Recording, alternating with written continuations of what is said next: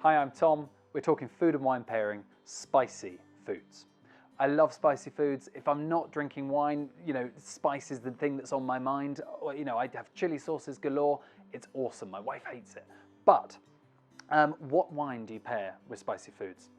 A couple of things you need to know before we get out and embark upon this. Acidity is a nice way of freshening up a spicy dish. So wines with a bit of acidity, no bad thing.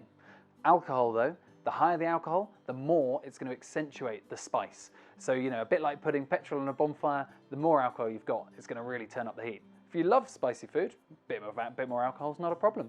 But I think as a way of softening it and balancing the dishes, look for lower alcohol wines.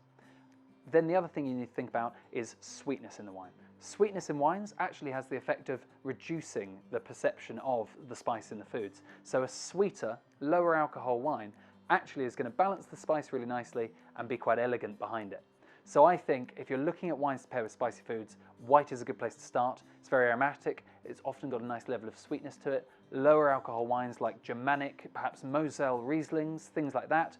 You could look at Pinot Gris from different parts of the world, that's often got a level of residual sugar.